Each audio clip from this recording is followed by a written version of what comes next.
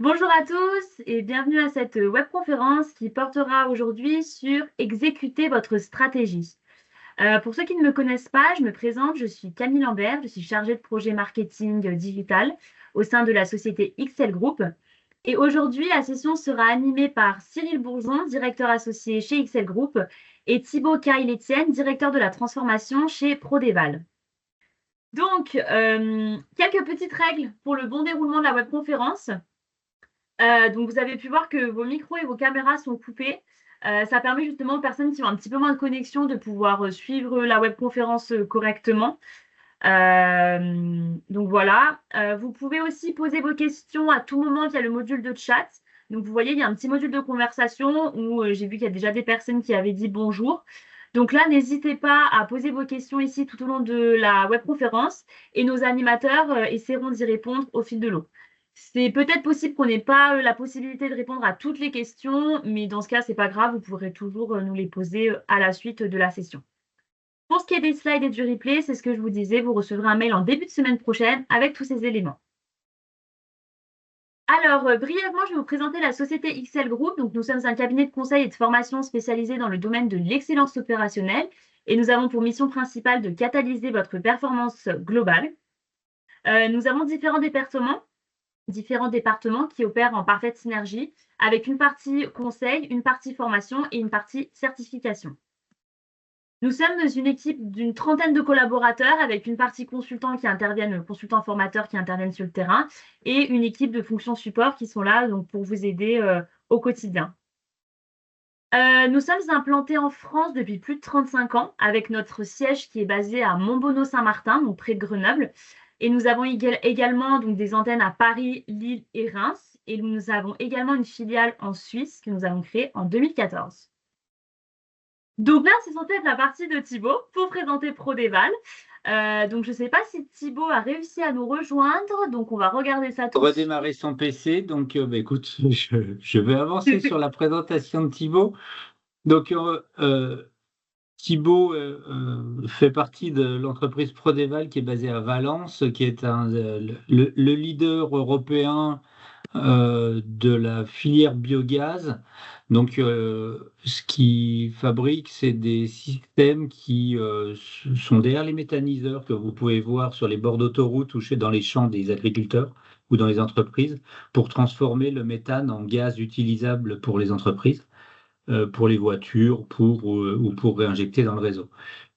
Donc, voilà, ils sont basés donc à Valence. Il y a 400 collaborateurs qui sont éparpillés un petit peu, alors principalement sur Valence en France et l'Italie, un peu les États-Unis, l'Allemagne, etc. Donc, ils sont implantés un peu sur l'Europe.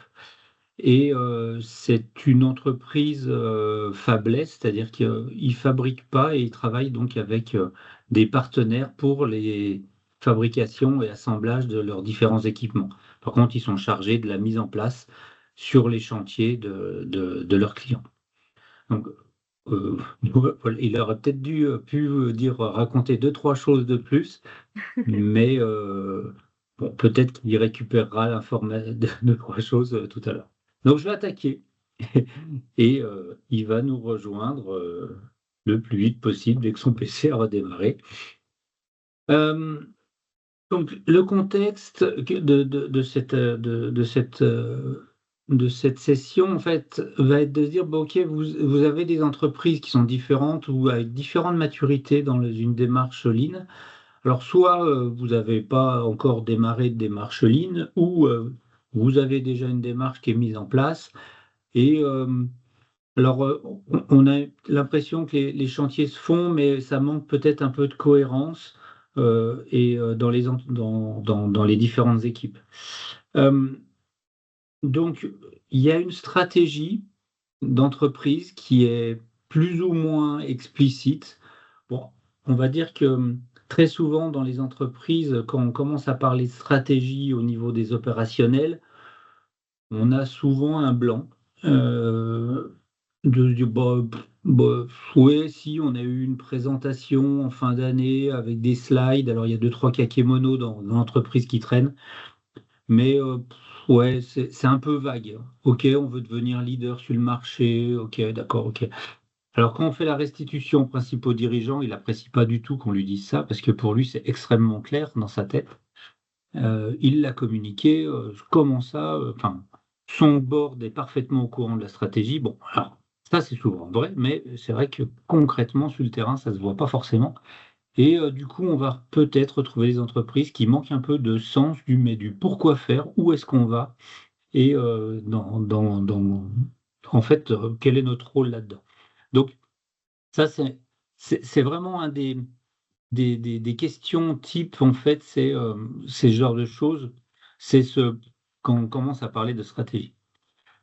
Donc, pour ça, en fait, ben, on va se dire, l'entreprise, elle a besoin déjà d'avoir un cap qui soit positionné, que cette stratégie, bah, elle infuse et elle décline, alors je ne vais pas dire ruisseler, mais en fait, qu'elle aille au moins jusqu'au terrain, qu'on soit au courant de ce qui s'y passe, et puis que finalement, Euh, cette grande session de fin d'année avec les slides et ses présentations se transforme en action extrêmement concrète et opérationnelle, que cette stratégie soit palpable dans le quotidien de l'entreprise. C'est ça, en fait, ça, c'est vraiment l'enjeu de tout ça.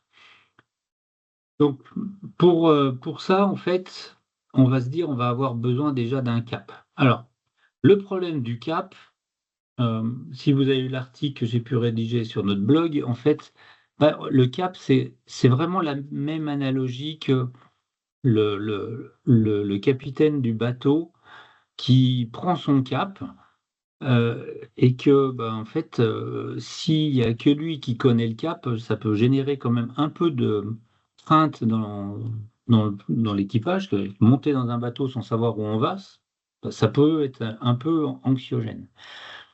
Donc, avoir ce cap, c'est extrêmement important. Pour autant, en fait, l'acronyme, vous commencez à le connaître maintenant si vous nous suivez régulièrement.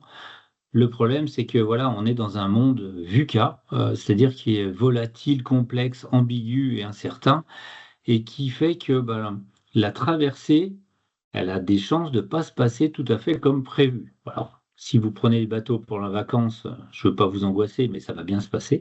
Mais dans l'entreprise, bah, le cap, la stratégie, elle ne se passe pas tout à fait comme prévu. Donc, juste pour rappel, VUCA, ça veut dire il y a de la volatilité, c'est-à-dire que ça se passe pas, il va y avoir des perturbations. C'est en fait, on avait prévu que le marché monterait, bah, il ne monte pas, ou que les clients allaient commander ce type de produit, bah, c'est un autre produit qui vont commander, etc. Le côté incertitude qui va nous amener, bah, le problème, c'est que l'incertitude, c'est que les prévisions en fait du passé n'augurent pas forcément ce qui va se passer à l'avenir. Donc ça va nous amener un peu d'incertitude. La complexité des entreprises, de l'interconnectivité un peu de tous les partenaires. Et puis le côté ambigu, c'est que bah, il n'y a pas forcément qu'une seule vérité. Donc là, aujourd'hui, on va regarder finalement ce que l'excellence opérationnelle va pouvoir nous amener, finalement, par clarifier la vision face à l'incertitude et puis ramener de la cohérence dans un monde de complexité. Donc finalement, cette organisation, cette déclinaison de la stratégie, c'est ça que ça va nous permettre, ça va nous amener de la vision et de la cohérence dans notre organisation. Je vois que Thibaut s'est rebranché, mais je vois que Thibaut n'a toujours pas de micro. Donc, Bonjour à tous. parfait, bonjour Thibaut. Ravi de te Je, voir. je voulais illustrer ce monde VUCA par ma présence un peu Alors, décalée. Bonjour à alors, tous. je me suis permis de représenter Prodéval, mais peut-être que tu pourrais le refaire très rapidement pour le redire avec tes mots, qui seraient sûrement plus pertinents que les miens. Oui, excusez-moi pour le petit décalage, mais c'est bon, on est ensemble et bien connectés pour le reste de cette webconférence. Donc, en quelques mots, oui, Prodéval, donc une société qui existe depuis 30 ans, qui a surtout connu un fort développement dans la dernière décennie. Donc nous sommes un acteur leader dans le secteur de la valorisation du biogaz, donc un des segments des énergies renouvelables, qui, par le contexte actuel mondial, voilà, nécessite une transition énergétique. Donc nous sommes placés par certaines innovations il y a 20 ans comme une petite start-up et aujourd'hui une société qui est passée de allez, 15 collaborateurs, à peu près 400, un chiffre d'affaires de 1 ou 2 millions à 150, peut-être 200 millions cette année voilà, en l'espace d'une décennie. Donc une croissance très forte, un secteur assez porteur et désormais implanté donc sur un siège basé à Valence dans la Drôme et implanté sur 7 autres filiales en Europe, en Amérique du Nord et au Brésil. Et voilà, et encore avec de belles perspectives d'évolution. Donc voilà, qui nécessite pour notre part, là, on va y revenir tout au long de cette webconférence, des alignements réguliers sur cette vision, même si on a un secteur avec une visibilité très forte, on pourrait dire pour 30 ans, nos certitudes d'aujourd'hui changent tous les semestres, si c'est pas dire pour tous les trimestres. Donc voilà, ça nécessite une certaine agilité et on va développer un petit peu le comment dans cette webconférence. Juste, est-ce que tu peux nous rappeler quel est ton rôle dans l'orga? Oui, et c'est vrai que je ne me suis pas présenté. Thibaut Caille-Étienne, directeur de la transformation, donc membre, on va dire, membre du comité de direction. Ces démarches de lean management, de transformation d'organisation, ont même donné naissance à des postes tels que j'occupe aujourd'hui. Donc derrière la transformation, il y a principalement l'animation de cette excellence opérationnelle et une forme de rôle. Moi, je me présente souvent en coach, coach interne pour faire le lien entre la direction, qui a une vision à 3-5 ans, et puis et le terrain, qui rend compte pas mal d'enjeux au quotidien. Donc voilà, faire évoluer notre organisation, nos produits, nos process pour répondre à notre stratégie. Et donc, je vais ajouter que Thibaut est aussi Black Belt et bientôt futur Master Black. Exactement. Bien, donc je vais reprendre la main pour recontinuer où on en était. On en était où? On en était là, que cette stratégie était importante d'être déclinée. Alors, bon, j'aime bien éviter quand même les acronymes, mais c'est vrai qu'il y a des choses un peu, et les japonaiseries, comme on dit chez nous, mais on va dire que cette démarche, cette déclinaison stratégique, elle passe par un terme qui s'appelle le Hoshinkanri, euh, qui va nous permettre de voir ensemble en fait le cap et comment et les outils pour y parvenir. Donc ça va être d'élaborer un plan, une tactique, alors un plan qui est stratégique puis tactique, qui va permettre d'embarquer les équipes avec un, un- un axe qui est un peu particulier par rapport à ce qu'on a l'habitude de faire, c'est que on va avoir beaucoup d'implications dans la construction de cette déclinaison stratégique. Euh, le dirigeant n'est pas seul à donner le cap, on va dire qu'il embarque avec lui, je vais beaucoup prendre les métaphores maritimes, mais en fait, il y a un équipage avec lui qui va reprendre un peu, digérer et décliner. Et donc, c'est vraiment un exercice, collectif. Euh, Évidemment, les avantages qu'on va avoir par rapport à ça, comme je l'ai un peu dit, ben, c'est aussi de savoir se recentrer sur des projets vitaux pour éviter l'éparpillement. Parce que je pense que vous connaissez tous les roadmaps à 250 lignes qui frustrent tout le monde en fin d'année parce qu'on n'a pas pu finir. Donc c'est savoir aussi se clarifier les vrais bons gros sujets sur lesquels on va pouvoir travailler.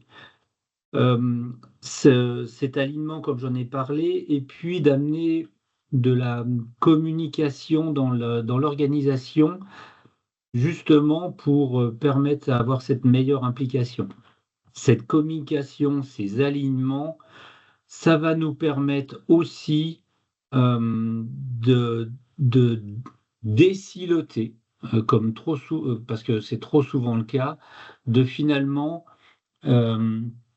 mettre de la transversalisation dans les activités et de l'interfonctionnalisation en fait dans les activités pour faire que finalement on va chercher l'optimum global et pas forcément l'optimum local. Donc c'est aussi ça, ce côté un peu transversalisation.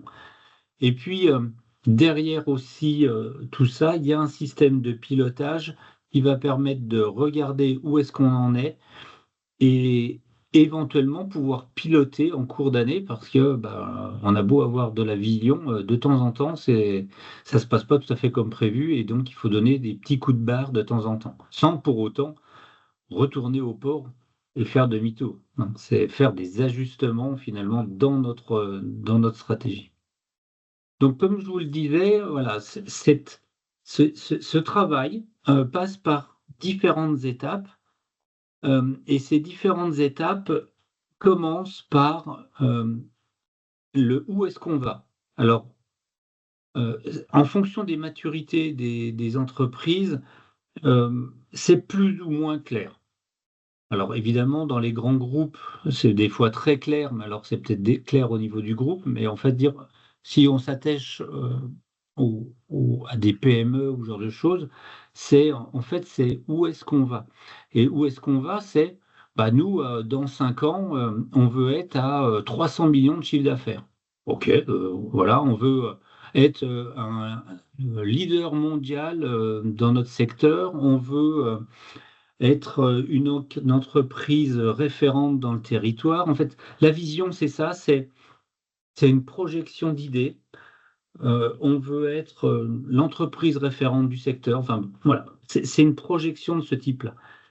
Le niveau 2 de ce plan, de cette vision stratégique, ça va être de la quantifier. C'est-à-dire que voilà, on veut être leader sur le marché. Ça veut dire quoi? Ça veut dire qu'on veut 50% de part de marché. Donc, ça se traduit par un chiffre d'affaires de 500 millions. OK, voilà, à 5 ans, on sait où on va.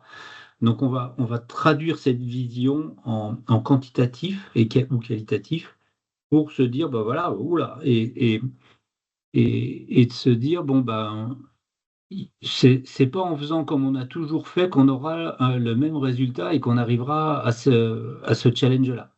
Donc, c'est ça l'idée, c'est ce côté un peu électrochoc qui est important dans cette vision et qui est absolument nécessaire. Donc, qui va pouvoir montrer à tout le monde que sur le train d'activité de croissance qu'on peut avoir aujourd'hui, pour passer ces caps-là, va falloir faire des choses différentes de ce qu'on a l'habitude de faire. Donc, c'est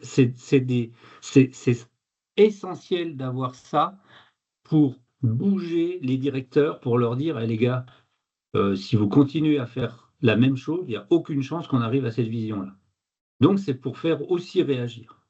Et derrière, on va se dire, oui, alors, pour être là dans 5 ans, où est-ce qu'il faut qu'on soit sur 2025 ? Donc, on va commencer de se cranter un peu ces objectifs, se les décliner sur l'année.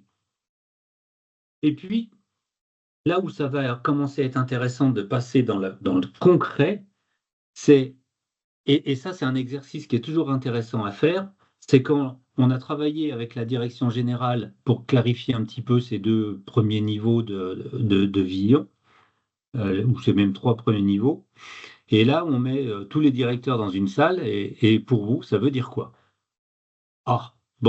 Augmenter le chiffre d'affaires pour un bureau d'études, c'est quoi la conséquence? Ça veut dire quoi? Et que ça se matérialise comment? Pour le service, pour le chantier, pour le service SAV, en fait, comment ça va se matérialiser pour ces directions. Donc, et là, en fait, nos indicateurs très macro, on reviendra sur ces notions d'indicateurs plus tard, mais là vont se relocaliser par secteur. Et, et si mon directeur se retourne et regarde ses managers, il va dire, et donc, ça veut dire quoi pour ton département de chiffrage, toi, au niveau du bureau d'études? Ah bah oui, mince, ça veut dire quoi pour moi? Donc voilà, donc on va décliner verticalement un peu toutes ces grandes actions, quoi. Et donc ça, c'est ce qui va nous permettre de dire, bah voilà, voilà les objectifs qu'on va avoir, qu'on les a déclinés, et bah du coup, qu'est-ce qu'on fait l'année prochaine? Et c'est là où on va avoir notre construction de roadmap pour l'année.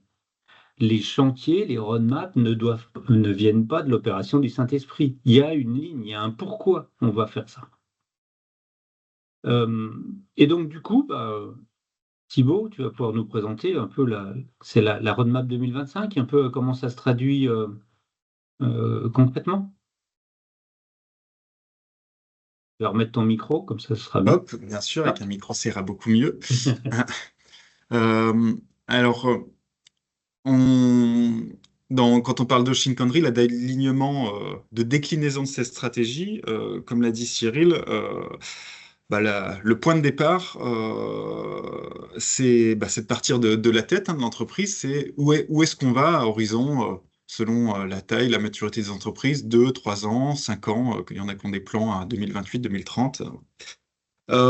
Déjà, c'est un exercice pas anodin. C'est-à-dire, nous, si je parle chez nous avec notre PDG, qui est actionnaire majoritaire, il a une vue très claire sur où il veut aller. Puis déjà, quand on parle entre pairs au niveau du comité exécutif, bon, on sent que déjà, c'est intéressant de faire l'exercice et de se parler sur où est-ce qu'on va ensemble à 3-5 ans.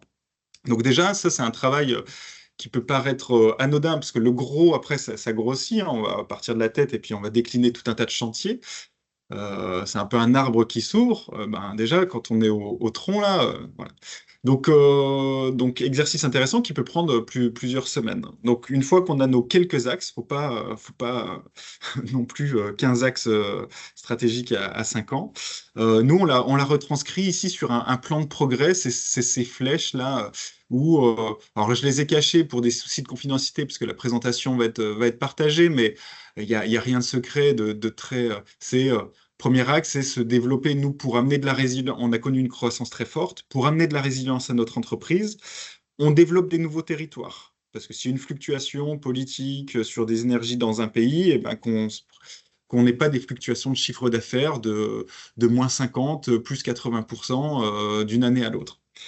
Deuxième axe important, c'est développer des nouveaux produits. On avait connu une croissance très forte qui était un peu monoproduit, monoterritoire. Pour amener de la résilience et du développement, on développe d'autres technologies, d'autres produits. Ensuite, parce que nous, on a une partie, c'est vrai que j'ai pas forcément dit tous les métiers, on fait de l'ingénierie, de la fabrication, production, avec de la sous-traitance, d'unités, de l'installation et du SAV. Bon, donc, on a une forte partie service. Et donc, c'est pareil, au début, on part d'une prestation de service qui est un peu basique, de faire la maintenance des machines, et ensuite on vient développer, dans notre axe stratégie, c'est développer pas mal de services autour de l'aide à l'exploitation. Euh, Mieux faire performer nos équipements et dans la durée. Ça, c'est les trois axes majeurs. Et de ces axes qu'on va décliner, OK, bon, ben, se développer à l'international, ça veut dire quoi? On va rentrer un petit peu ben, sur quel territoire identifié et on en arrive après à, OK, mais 2025, le marché, dans notre cas, italien est un marché fort. Ça veut dire quoi se développer beaucoup en Italie? Quel chiffre d'affaires? Quelle quantité de projets? Quelle part de SAV sur ce territoire? Et on va reprendre ces différents axes collégialement avec, comme l'a dit Cyril, ce n'est pas juste un alignement vertical pour décliner une vision de direction, mais c'est aussi horizontal, multimétier. C'est pas juste le bureau d'études qui va penser à des nouveaux produits. C'est aussi les opérationnels qui vont se dire, mais comment on va installer ce nouveau produit chez un nouveau type de client ou sur des nouveaux territoires.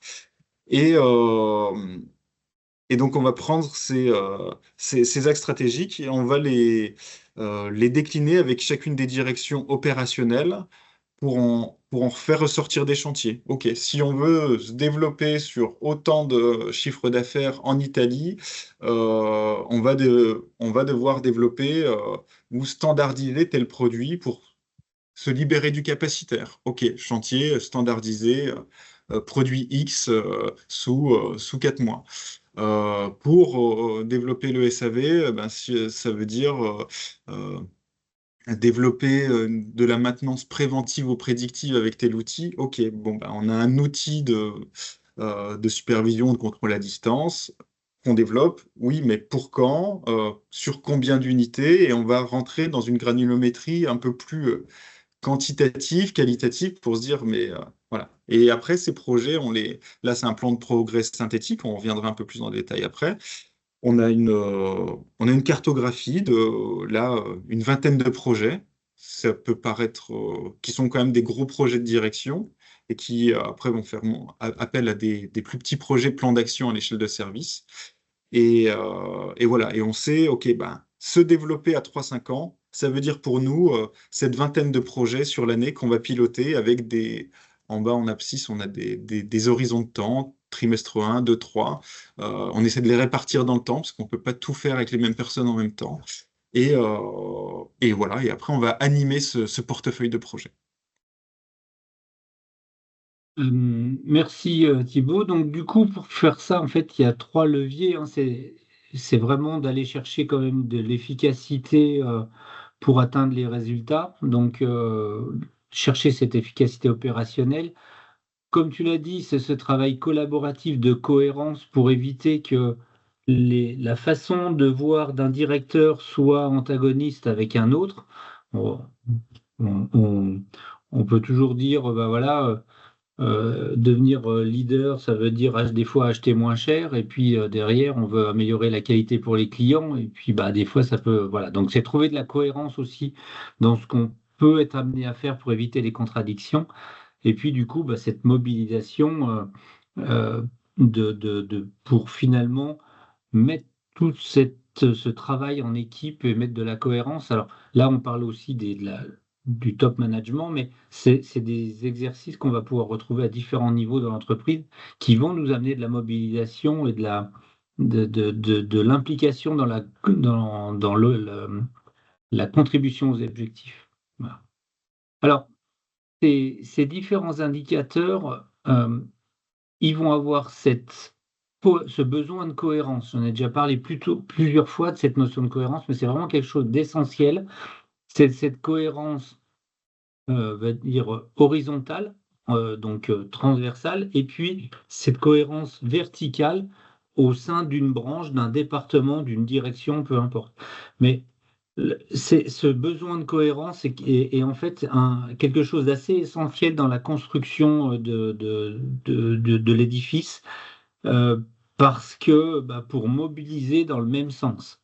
Hein, si je reprends mon bateau qui sort du port avec 5 remorqueurs derrière, donc les remorqueurs étant chaque direction, si chaque remorqueur tire dans un sens différent, il y a peu de chances qu'on arrive au cap. Donc l'idée c'est ça, c'est de remettre de la cohérence euh, au sein des différentes directions, et puis après dans une direction de ramener de la cohérence verticale dans la réaction, de la direction. Et après l'idée c'est que cette déclinaison verticale fait que si moi je fais mes objectifs et ou mes chantiers, alors je sers les objectifs plus globaux qui servent les objectifs de la direction. Donc en fait, il y a ces côtés court terme et pilotage opérationnel du quotidien sur de la maille courte qui sert un truc plus global et plus transversal. Donc ça, c'est vraiment extrêmement important d'avoir cette cohérence. Et cette cohérence, ce qu'on oublie, c'est qu'elle doit se décliner aussi dans les objectifs jusqu'aux objectifs individuels. Parce que euh, on a tendance des fois à parler d'indicateurs de service, d'indicateurs de direction, etc. Mais on oublie qu'à un moment dans l'année, on va donner des objectifs aux collaborateurs en individuel. Et cette cohérence, elle doit descendre jusqu'aux objectifs individuels. Parce que vous avez l'humain a un travers qui risque d'être qu'il va travailler sur ses objectifs individuels avant les objectifs collectifs, surtout s'il y a de l'argent à la clé dans les objectifs individuels. Donc ce serait quand même ballot que les objectifs individuels ne soient pas en lien avec les objectifs collectifs. Donc cette déclinaison des objectifs, voilà, c'est quelque chose d'important, mais ça doit aller vraiment jusqu'à l'objectif individuel. Et si je peux me permettre de compléter là-dessus, Cyril, dans notre expérience, ça peut paraître évident ce qu'on se dit, mais en effet, enfin, nous, quand on est passé d'une organisation de quelques dizaines à 400, on voit très vite qu'en fait, on peut avoir des départements qui avancent à différentes vitesses, et dans notre montée en maturité sur cette déclinaison stratégique, un des éléments fondamentaux cette année, c'était de recaler tout le calendrier des entretiens de l'entreprise sur un tempo descendant, cohérent. C'est-à-dire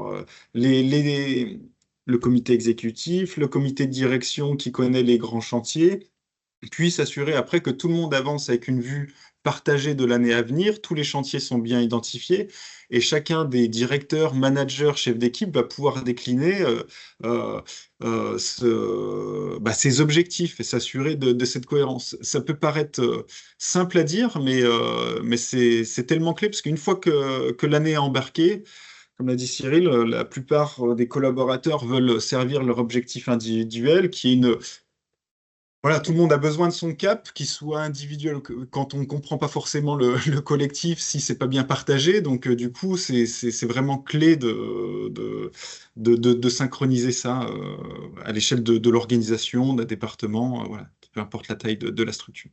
Et c'est intéressant ce que tu dis, parce que ça met aussi en lumière un département qu'on oublie un peu trop souvent dans les départements, dans les transfos excellence opérationnelle, c'est le département des RH.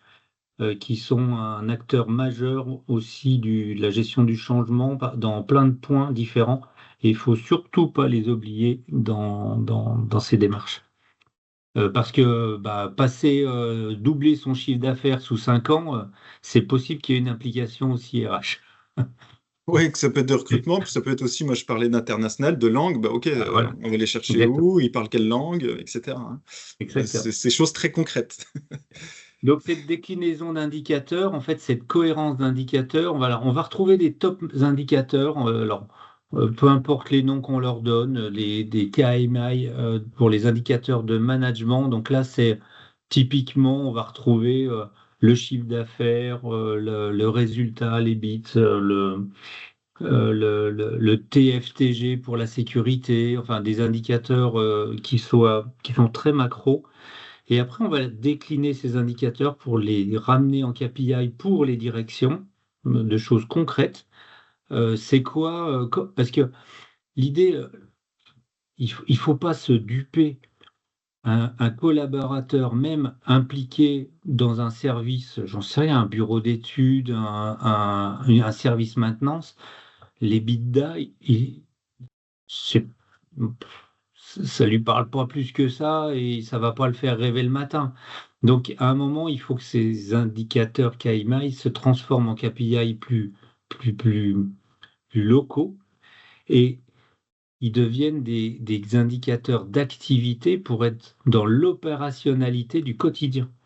Et donc, on va avoir cette déclinaison, cette continuité d'indicateurs qui va se diffuser au sein de l'entreprise pour dire, moi, collaborateur opérationnel, je suis sur un chantier, ne pas faire de non-conformité chez mon client, finir mon chantier dans les temps, c'est mes indicateurs d'activité opérationnelle qui servent le taux de service de mon directeur, qui servent la marge, qui servent le chiffre d'affaires global de l'entreprise. Donc on a cette déclinaison, granulométrie différente de voilà. Donc c'est les exemples que je suis en train de donner. C'est-à-dire que c'est ça, c'est que un indicateur d'activité, c'est si je fais mon job dans les temps, c'est un indicateur d'activité.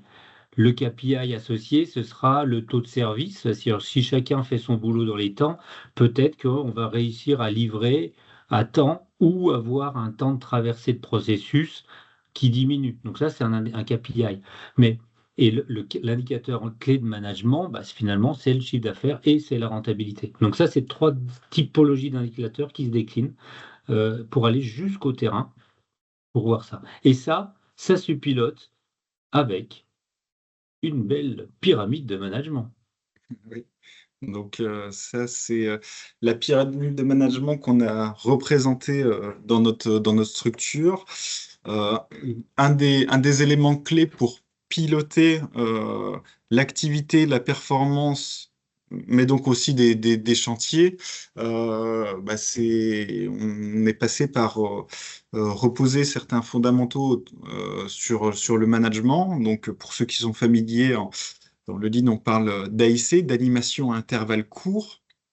Et donc, pour se donner une chance d'atteindre des objectifs, il faut déjà qu'on soit un peu tous synchrones. Donc, nous, il y a eu un gros travail il y a 1 an et demi là, pour remettre ce qu'on appelle des top 15 chez nous, des briefs, des stand-up d'équipe dans tous les départements, les lundis matins ou vendredis après-midi selon les secteurs, puis des chefs de secteur qui se croisent, qui embarquent les problèmes ou les besoins de résolution de problèmes entre pairs, entre chefs d'équipe managers, etc., pour monter dans différentes instances.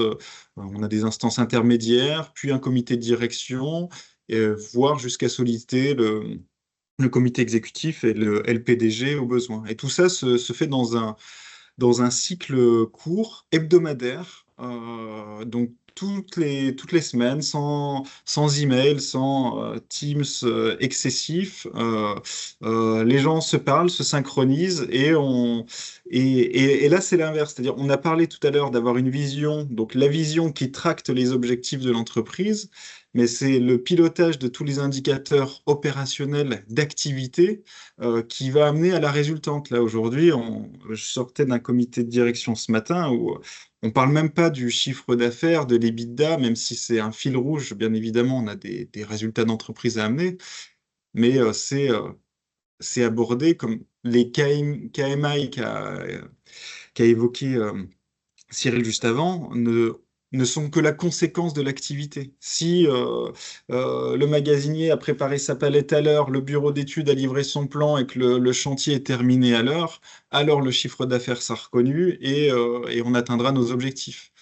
Euh, donc, euh, donc, il faut partir de la vision d'en haut pour les définir et s'assurer qu'on ait une cohérence des indicateurs d'entreprise, KMI, de performance de département et d'activité très opérationnelle. Et ensuite, c'est le pilotage du terrain qui va amener les résultats d'entreprise. Tu peux me rappeler combien on a mis en place de réunions de top t'as le Chez chiffre en tête? nous, c'est à peu près 80, Il me semble, 80 AIC. c'est ça. Voilà. Ça peut paraître beaucoup, on se dit, oh là là, mais ça y est, ils vont faire des tops dans tous les sens, mais on a divisé par 4 le temps de réunion des départements et on a multiplié par 5 notre taux de service client. Donc, on passe moins de temps en réunion et on passe plus de temps à résoudre des problèmes et à faire avancer le flux et les process. Donc, Donc, ça, bon, on va pas s'apesantir plus sur sur l'AIC, mais voilà, pour ceux qui nous suivent, je crois on doit en parler dans toutes les webcos tellement c'est quelque chose de fondamental dans l'orga, mais qui va vraiment finalement pour faire le lien avec la stratégie, qui va parler finalement par le biais des indicateurs aussi, que si moi, opérateur de bureau d'études, j'ai mon stock qui est sous contrôle, ah oui, parce qu'il y a du stock au bureau d'études, hein, que j'ai rendu mes plans dans les temps, donc mes jalons de projet se passent dans les temps, alors du coup, voilà, c'est cette façon de décliner un peu nos indicateurs. Et c'est un vrai moi, j'adore faire ça, poser la question à un service qualité, c'est quoi faire de la qualité pour vous, par exemple? C'est quoi faire travailler dans les délais pour vous? Et alors là, on se dit: «Ah mince, on s'est jamais trop posé la question». Et en fait, c'est quoi une bonne journée pour vous? Et ça, c'est une façon de répondre aussi pour, c'est quoi des indicateurs opérationnels? Bah, les indicateurs opérationnels, ils doivent répondre à qu'est-ce qui nous empêche de passer une bonne journée? Et c'est une façon de trouver nos indicateurs. Alors, pour que ça fonctionne bien, et ben, ça va passer par beaucoup de communication. On n'a jamais assez de communication du pourquoi on fait ça, pourquoi vous êtes important, pourquoi vous êtes impliqué dans les chantiers, pourquoi, etc. Donc, on a besoin de l'implication de tout le monde. Et puis, et on y reviendra un tout petit peu après, un peu plus tard. Il y a alors vous vous doutez bien que le rôle du management dans ce système, dans ce système-là, est plus que fondamental. C'est pour ça que l'aventure Prodeval et XL a commencé aussi par de la formation des managers intermédiaires, parce que le management qui prend un rôle essentiel de support de la stratégie, support de l'organisation, support des collaborateurs, bah en fait, ça devient quelque chose d'essentiel. Mais alors, en fait, c'est fondamental. Et du coup, le rôle du management intermédiaire qui peut, dans certaines structures, être un peu traditionnel, où moi je sais, donc je donne le boulot et puis c'est moi qui pilote, bah là, forcément, c'est plus tout à fait comme ça. Donc voilà, ce côté besoin de support à tout le monde, à toute l'organisation est essentiel. Alors, concrètement, à un moment, c'est bien tout ça, mais passons à l'action.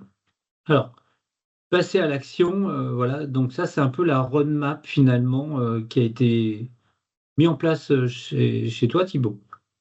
Oui, excusez-moi. Donc en effet, là, pour recontextualiser un petit peu, avant de se dire de pouvoir décliner la stratégie, de piloter des chantiers, etc., on a quand même dû poser quelques fondamentaux. Comme on dit souvent dans le Lean ou sur la déclinaison stratégique, déjà, les hommes avec un grand H, hommes et femmes, sont au cœur du Lean. Donc, on a dû déjà commencer par un peu de formation. Qu'est-ce que c'est le Lean, l'excellence opérationnelle, on peut l'appeler. Voilà. Donc, on avait attaqué un programme de formation pour commencer. Ensuite, quand on a commencé à comprendre euh, ce qu'était un taux de service ou son enjeu, son importance, on a posé un diagnostic de l'entreprise parce que quand on peut avoir tout un tas d'idées, mais à un moment, on est à ressources et à temps limité, donc il faut arriver à identifier quels sont les axes de progrès majeurs.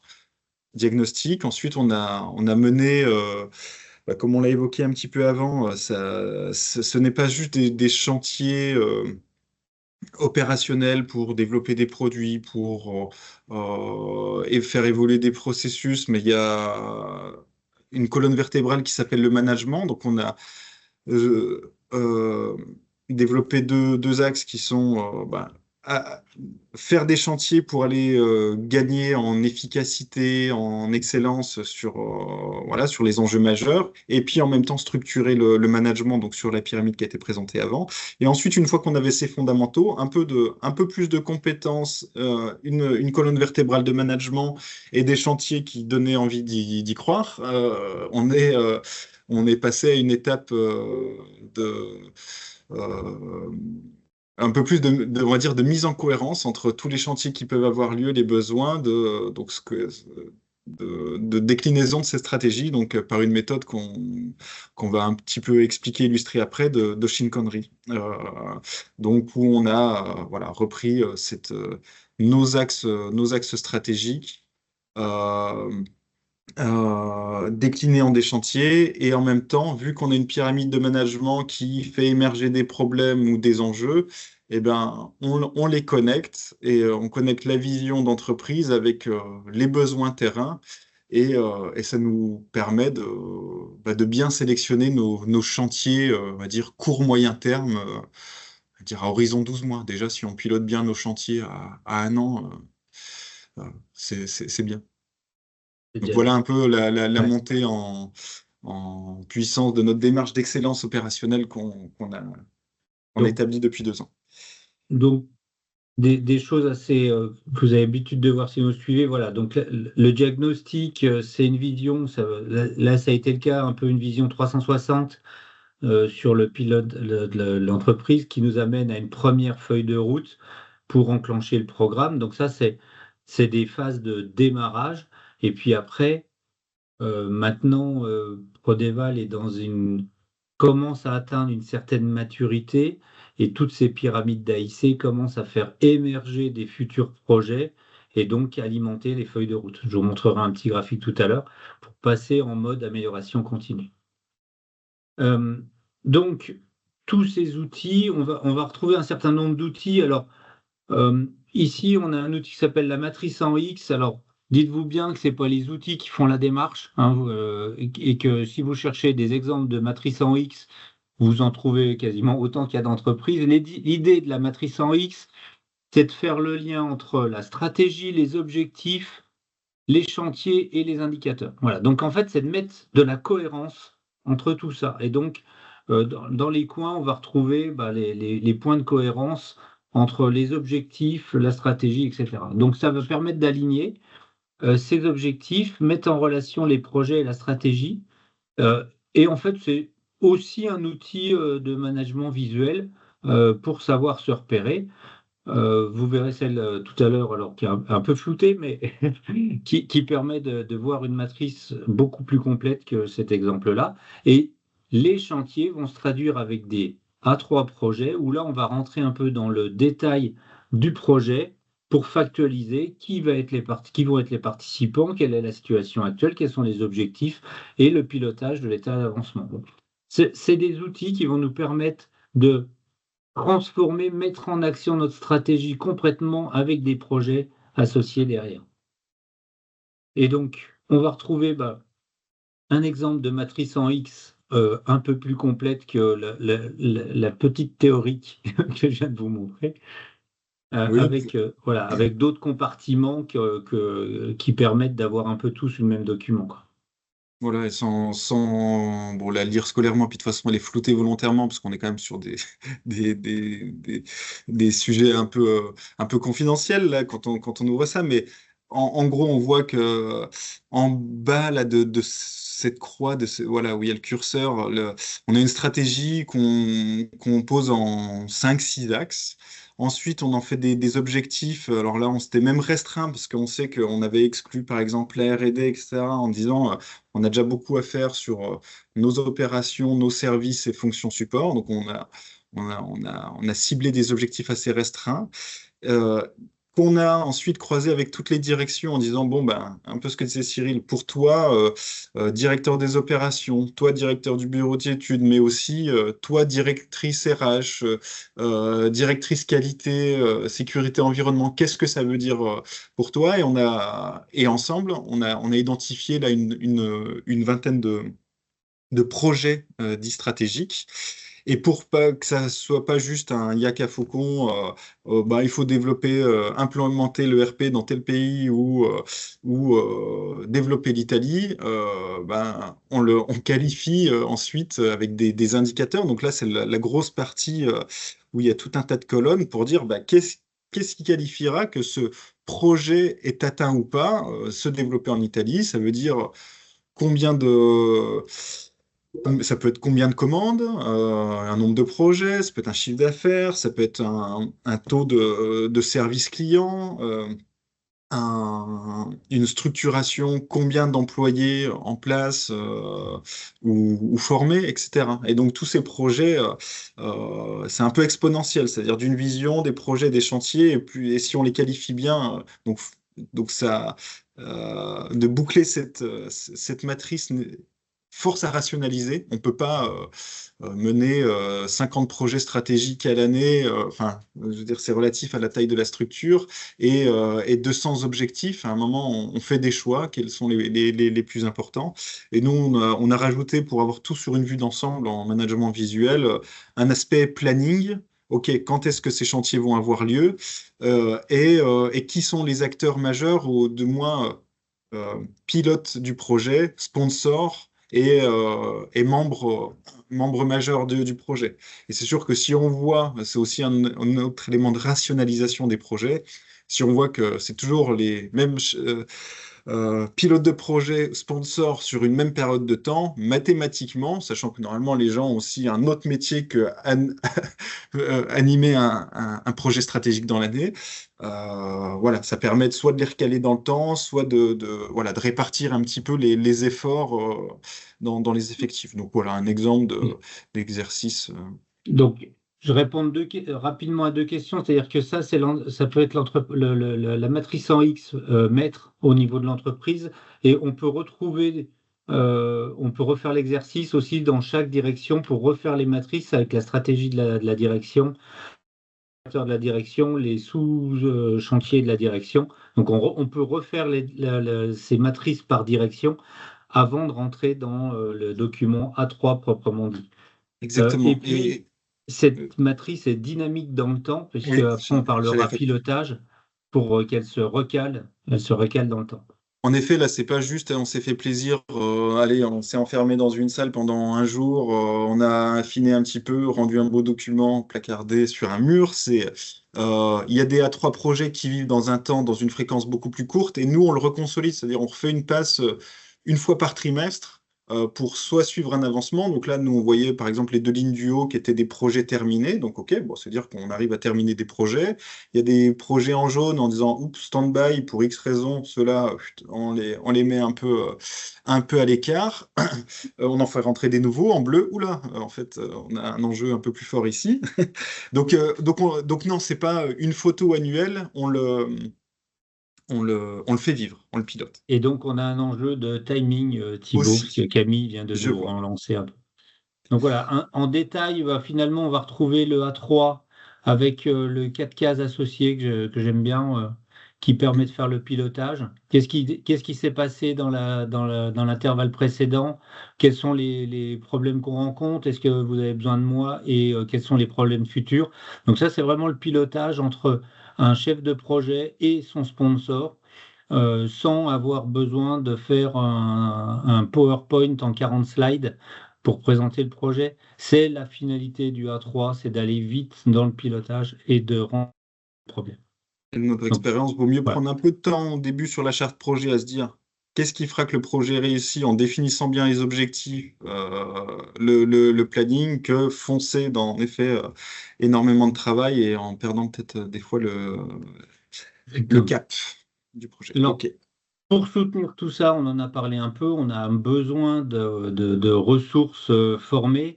Ça a été aussi un des grands axes majeurs aussi du développement qu'on a pu faire ensemble, parce que cette déclinaison qui se transforme en chantier et en projet, faut du monde pour les porter. Parce que Thibaut, il a beau être assez performant sur une entreprise de 400 personnes, il ne peut pas faire tout seul. Donc voilà, il y a eu un grand plan de déploiement des compétences. Et là, ce qu'on montre, Ouais. au-delà de, en effet, c'est aussi de toucher un peu tout le flux. C'est-à-dire, c'est pas juste les opérations où c'est en fait, il faut arriver à faire. Nous, on essaie de faire monter un petit peu en puissance toute l'entreprise à la même vitesse. Avec aussi la création d'un petit module de 2 heures pour que passer tout le maximum de salariés dans qu'est-ce qu'on est en train de faire, qu'est-ce qui se passe, et là, tu t'amuses bien à faire ça. Et c'est vrai. Et puis, voilà, bon. Tout ça, on va avoir des chantiers Kaizen qui vont permettre de taper fort dans un laps de temps court. Donc, ces A3 peuvent aussi devenir des chantiers et qui sont portés par les Yellow Belts, les Green Belts qu'on a formés pour qu'ils vont mener des MAIC sur des laps court terme. Donc, on peut avoir dans nos grands A3 des petits projets qui vont se décliner, et c'est là où on va toucher très directement le terrain par des améliorations continues en disant, voilà, mon chantier fait partie d'un grand A3 qui sert à la stratégie de l'entreprise. Donc, on va avoir cette déclinaison par les projets, par les chantiers, et la boucle, la boucle que je vous parlais tout à l'heure, en fait, c'est celle-ci, c'est-à-dire que on part d'un standard, d'un objectif, d'un normalement comment ça devrait se passer. Ça se passe rarement comme ça, comme on a prévu, mais heureusement, on a mis une pyramide de pilotage qui nous permet de détecter les erreurs et de faire de la résolution de problèmes. Mais on voit quand même qu'il y a certaines récurrences qui vont nous alimenter une feuille de route, plus des axes stratégiques.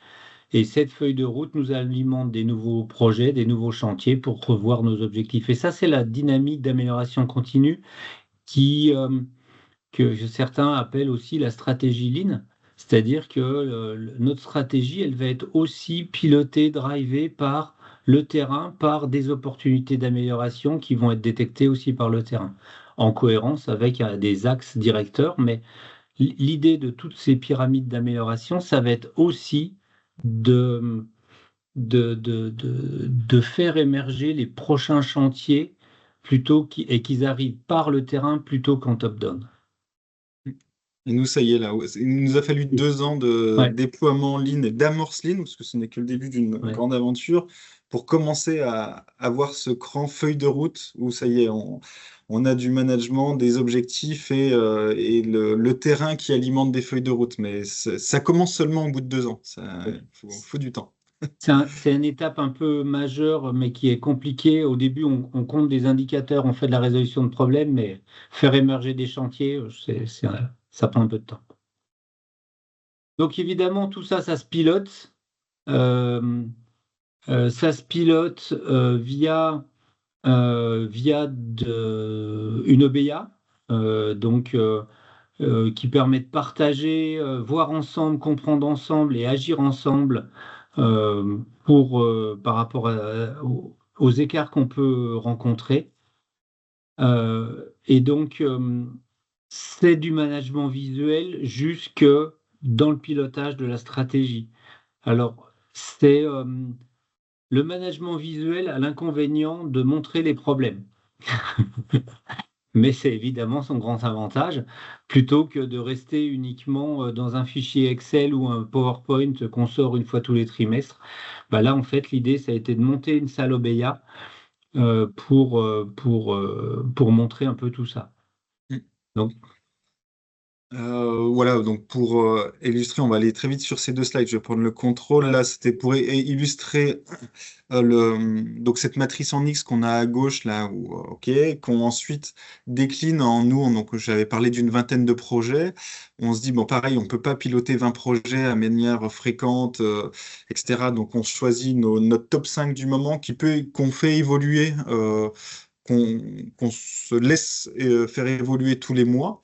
Donc ce top 5 projets, il est animé 1 à 4 fois par mois selon l'intensité, on va dire, du projet, avec les chefs de projet, sponsors, certains membres d'équipe. Comme a dit Cyril, pas de PowerPoint, nous on fait du visuel. Là, on a même plastifié les 4 cadrans, comme ça on note dessus, on met des post-it et en fait on perd pas de temps sur des comptes rendus, mais par contre on anime l'action. Et on va dire plutôt les projets de fond, moins urgents, moins clés dans un temps court, qu'on va animer, même si chaque chef de projet le fait avancer entre guillemets, de son côté ou avec son équipe projet, où on remet tous les départements autour, pas très long, 1 heure, 1 heure et demie par trimestre, pour s'assurer qu'on garde bien un cap commun sur ces projets et voir qu'on fasse des ajustements de planning, d'objectifs, parce que chaque trimestre, la vie a un peu évolué aussi. Et en image, voilà, on a une salle maintenant dédiée vraiment, voilà, forme d'OBEA, War Room, où on a des projets stratégiques qui alimentent l'activité future, et puis dans une même salle, un autre mur plutôt sur le pilotage de la performance, où il va y avoir cette résolution de problèmes, ou on va dire hebdomadaire, et voilà, on fait souvent la passerelle entre les deux pour assurer, maintenir en permanence cette cohérence. ouais. Finalement, la partie droite représente le sommet de la pyramide de pilotage qu'on a vu tout à l'heure, avec tous les services et leurs indicateurs vus de façon hebdomadaire. Donc voilà, c'est ce lien entre le pilotage opérationnel du quotidien et les axes stratégiques de l'entreprise. Alors, c'est une salle que les commerciaux aiment bien montrer, mais que Thibaut aime pas trop montrer, parce que forcément, tout est affiché. Donc, pareil, il est un peu flouté. C'est Ouais. vrai. Donc voilà, donc finalement, en fait, on va retrouver les 7 étapes clés de cette construction. Bah, c'est avoir une vision de l'organisation, développer la stratégie, les objectifs 3-5 ans, les objectifs annuels, donc ça, c'est cette partie stratégie. Et puis après, on va avoir dans les départements des cibles avec des moyens et des projets pour mettre en œuvre des plans d'action. On va piloter ça. Alors, ça va dépendre des organisations en fonction des mailles, mais en principe du mensuel ou trimestriel. Hein. Le pilotage des grands chantiers se fait pas forcément en hebdo, contrairement au pilotage opérationnel qui, chez Prodeval, est en hebdo parce que c'est un peu, on va dire, du tertiaire, donc ça s'y prête bien, mais il y a certains départements où ça va être en quotidien, le pilotage opérationnel, évidemment. Et puis, tous les ans, on recommence la boucle pour se refixer les prochains chantiers. Et en fait, on va associer le budget, les objectifs de l'année à venir avec les chantiers qui vont nous permettre d'atteindre les objectifs qu'on s'est fixés. Donc, il y a un lien entre le moment septembre-octobre où on est en train de clarifier le budget et clarifier la roadmap pour l'année suivante. Et ça, c'est notre boucle annuelle de mettre concrètement notre stratégie euh, de façon effective et concrète par des chantiers d'amélioration et par des indicateurs et des objectifs déclinés jusqu'au terrain. Voilà, on a dépassé un tout petit peu. Si vous avez des questions supplémentaires, n'hésitez pas à continuer de les poser sur le chat, sur le fil de conversation. J'y répondrai ou Thibaut y répondra. Je sais Et pas si je peux essayer des réponses éclairs en 30 secondes. Je vois deux dernières questions sur l'investissement. Nous, on a mis à peu près allez, 70 000 euros de formation sur 2 ans, 80 000 euros d'accompagnement pour une structure de 400 personnes et aujourd'hui un chiffre d'affaires d'à peu près 150 millions. Et comment, en effet, le gros dégât, on commence à le percevoir maintenant après 2 ans. Donc, comment embarquer une direction à tous les étages, notamment des décisions financières, la clé, c'est de trouver des chantiers court terme qui valorisent ça. Donc, on a quelques chantiers emblématiques qui ont justifié très facilement ces gains et ça nous a permis de construire le long terme. Donc, il faut toujours jongler entre allez, des gains court terme et puis construire l'avenir. Je sais pas si ça répond. Et deuxième chose, engager le middle management dans un problème opérationnel, alors, il y a de première chose, c'est de les impliquer, c'est-à-dire que pour les engager, il faut les impliquer. Si on leur dit, bah voilà le chantier de l'année, non, on le construit avec eux, donc ça prend un peu de temps, mais c'est plus puissant. Et, euh, et puis après, il n'y a pas de secret pour moi, c'est le temps fait les choses. Il y a 1 an, on avait un peu plus de mal. Maintenant qu'il y a plus de personnes formées et que les gens ont vécu certains bienfaits, ils sont plus demandeurs. Au début, il y a de la réticence, il y a du questionnement. Donc de l'implication et du temps. C'est mes deux réponses. si Ouais. Parfait. Du coup, pour les questions, donc Cyril, comme disait, vous pouvez continuer à les poser ici, sauf que effectivement, au bout d'un moment, ça finit par s'effacer. Donc, le mieux, c'est effectivement de nous contacter. Vous avez tous mon adresse mail, ou vous pouvez aussi nous contacter sur notre site internet si vous avez vraiment des questions sur ce sujet. Comme ça, au moins, on est sûr de ne pas les perdre et de pouvoir vous répondre. Du coup, on va conclure. Je vous affiche juste cette dernière slide pour vous indiquer les prochaines dates de nos webconférences, avec une webconférence sur accélérer vos flux en maîtrisant la variabilité le 21 mars. Ensuite, nous aurons une webconférence le 18 avril sur simplifier le pilotage de votre supply chain avec le DDMRP. Et nous aurons une webconférence sur le Lean Santé le 23 mai. Il y aura également d'autres dates à venir, mais voici en tout cas les 3 prochaines. Sur cette slide, du coup, voilà, vous avez le lien vers notre site internet, une adresse mail pour nous contacter et un numéro de téléphone. Comme ça, si vous avez encore des questions, on se fera un plaisir de vous répondre. Merci en tout cas Thibaut et Cyril pour cette animation. Merci à tous pour votre participation et à bientôt. Merci, au revoir. Merci, bonne journée, au revoir.